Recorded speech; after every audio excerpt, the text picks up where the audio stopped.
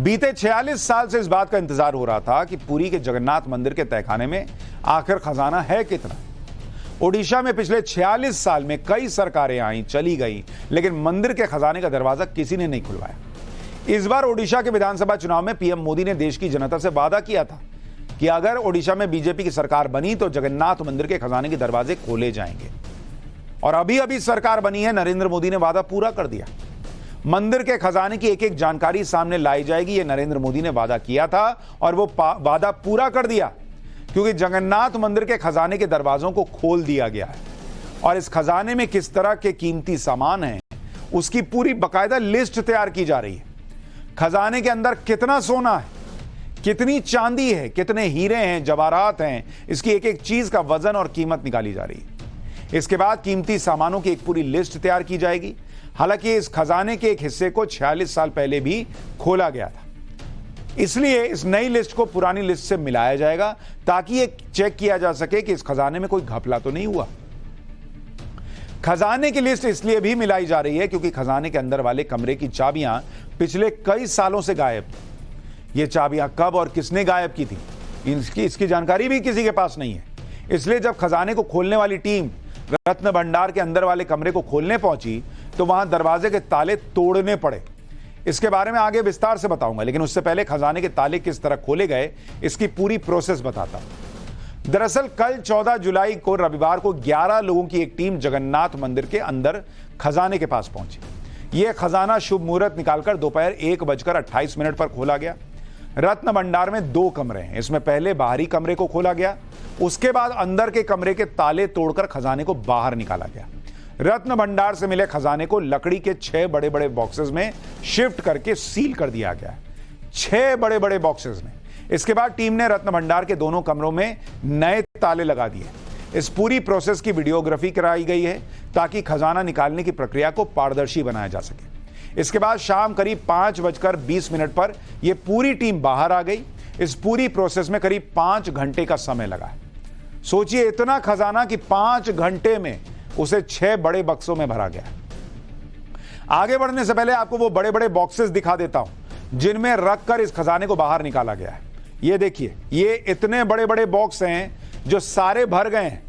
लकड़ी से तैयार किए गए इन बॉक्सेस के अंदर पीतल की प्लेट्स लगाई गई ताकि खजाने में मिले सामान को किसी तरह का नुकसान ना हो। ये बक्से इतने मजबूत और भारी बनाए गए हैं कि इन उठाने के लिए 10 से 15 लोग लगाने पड़ते हैं, खाली बॉक्स उठाने के लिए।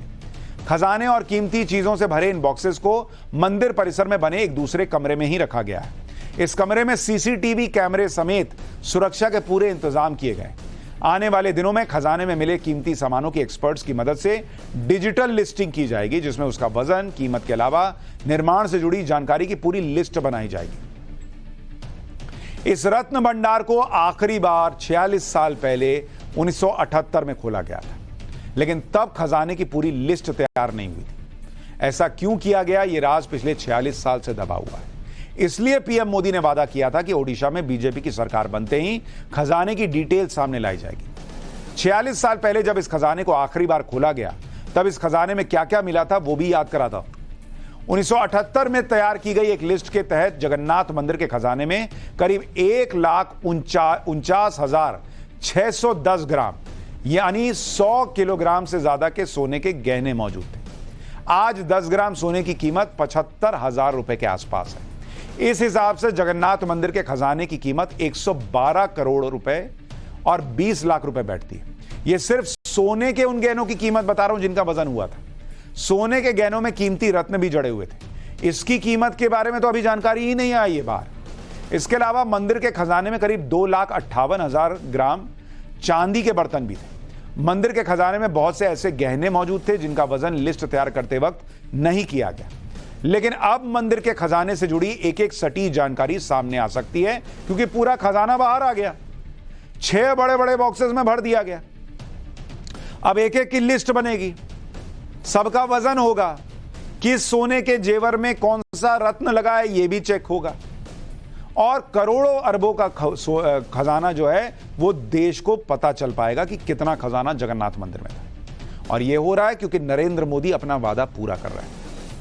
पिछली बार 2018 में हाईकोर्ट के निर्देश पर रत्न भंडार को खोलने की कोशिश हुई थी, लेकिन तब तक असली चाबियां गायब हो चुकी थी। इसलिए कल जब यह टीम मंदिर के खजाने को खोलने पहुंची तो पुरी के जिला कलेक्टर के पास सिर्फ खजाने के बाहरी कमरे की चाबियां थी। उन चाबियों से अंदर के कमरे का एक भी ताला नहीं खुला।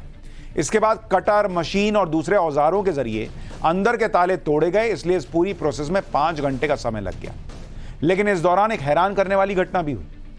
जैसे ही यह टीम ताला तोड़कर खजाने के अंदर वाले कमरे में पहुंची, वैसे एक पुलिस अधिकारी चक्कर खाकर गिरते गिरते बचे। ऐसा क्यों हुआ, इसकी जानकारी अभी तक सामने नहीं आई है, लेकिन सोशल मीडिया पर दावा किया जा रहा है कि खजाने को देखकर शायद ऐसा हो गया कि उनको चक्कर आ गया। सवाल तो नीयत का भी है। अगर नरेंद्र मोदी वादा करते हैं और पूरा करने के लिए कटर इस्तेमाल हो, दूसरी चीजें इस्तेमाल हो, खजाना बाहर ला सकते हैं, तो पहले भी हो सकता था। लेकिन यही नरेंद्र मोदी और दूसरों का फर्क है। पीएम मोदी ने जगन्नाथ मंदिर में जो करवाया वो नवीन पटनायक की सरकार भी करवा सकती थी, लेकिन हर बार मंदिर की चाबी गायब होने का बहाना बनाकर खजाने का राज 46 साल से टल रहा है।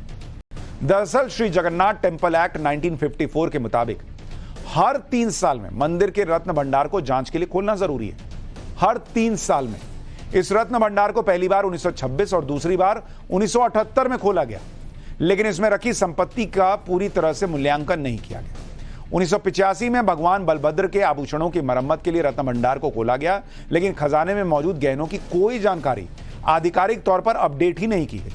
इसके बाद से भगवान जगन्नाथ का यह खजाना बंद ही रहा। लेकिन कोर्ट के आदेश पर अप्रैल 2018 में मंदिर के रत्न भंडार की जांच के लिए 16 सदस्यों की एक टीम बनाई गई। यह कमेटी खजाने के बाहरी भंडार में गई, लेकिन अंदर वाले भंडार में जा ही नहीं सकी क्योंकि इसकी चाबी गायब हो चुकी थी। तो जो काम हर 3 साल में होना है वो 46 साल से नहीं हुआ है बॉस। इसलिए इस बार चुनावों में पीएम मोदी ने ओडिशा की जनता से वादा किया था कि वो मंदिर के खजाने के तालों को खुलवाएंगे, और खुलवा दिए। आपको सुनवाता हूं पीएम मोदी ने क्या वादा किया था। इसके बाद खजाना कहां से आया इसके बारे में भी बताऊंगा। पर सोमनाथ दादा का भी कर्ज है, मुझ पर महाप्रभु जगन्नाथ जी का भी कर्ज है, और इसलिए मैं उड़ीसा के एक एक नागरिक को गारंटी देता हूं, आप आश्वस्त रहिए, यहां भाजपा सरकार बनते ही ये चाबी का राज खोला जाएगा।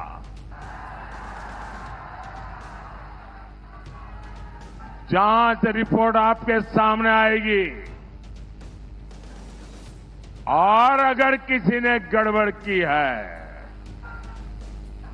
तो मोदी किसी को छोड़ता नहीं है। यानी खजाना निकल चुका है, उसका आकलन होना शुरू हो गया है, और मोदी किसी को छोड़ता नहीं है, ये वो खुद कह रहे हैं। तो सोचिए आगे क्या क्या होगा। जगन्नाथ मंदिर में सोना, चांदी और दूसरे कीमती आभूषण दान में देने की परंपरा सदियों पुरानी है, जो आज भी जारी है। आज आपको खजाने के इतिहास के बारे में भी बताता हूं। भाई आपके भी मन में आ रहा होगा ना कि इतना खजाना आया कहां से मंदिर में। दरअसल 12वीं सदी में ओडिशा को कलिंग के नाम से जाना जाता था। यहां तब गंगा वंश के राजा अनंत वर्मन चोड़ गंगा का राज था। जगन्नाथ मंदिर का वर्तमान रूप राजा अनंत वर्मन ने ही बनवाया था। इसके अलावा मंदिर को सोने के हाथी, घोड़े, फर्नीचर, बर्तन, बहुमूल्य रत्न दान दिए थे। जगन्नाथ मंदिर के ऐतिहासिक दस्तावेज मदला पंजी के अनुसार गंगा वंश के दूसरे राजा अनंग भीम देव ने लगभग 14.5 लाख ग्राम सोना दान में दिया था, जिनसे भगवान की मूर्तियों के आभूषण बनाए गए थे। गंगा वंश के बाद कलिंग पर सूर्यवंशी राजाओं ने शासन किया। इन्हें गजपति के नाम से भी जाना जाता है। गजपति साम्राज्य की स्थापना राजा कपिलेंद्र देव ने की, जिनका साम्राज्य बंगाल से लेकर दक्षिण में कावेरी तक फैला हुआ था। राजा कपिलेंद्र के बारे में एक शिलालेख में इस बात का जिक्र मिलता है कि दक्षिण में एक युद्ध के बाद जब राजा कपिलेंद्र वापस लौटे तो वो अपने साथ 16 हाथियों में लाद कर सोना लाए। ये सारा सोना उन्होंने श्री जगन्नाथ मंदिर में दान कर दिया था। 14वीं और 18वीं सदी के बीच इस रत्न भंडार में इतना सोना जमा हो गया कि इसे 18 बार लूटने की कोशिश हुई। सोचिए कितना सोना था वहां, और अभी भी कितना रत्न और सोना वहां पर है। और अब जाकर नरेंद्र मोदी वादा पूरा करते हैं तो वो रत्न बाहर आए हैं, वो सोना बाहर आया है, लेकिन अभी तो बाहर आया है। अभी तो वहां क्या क्या हो रहा है ये भी आपको बताऊंगा और क्या क्या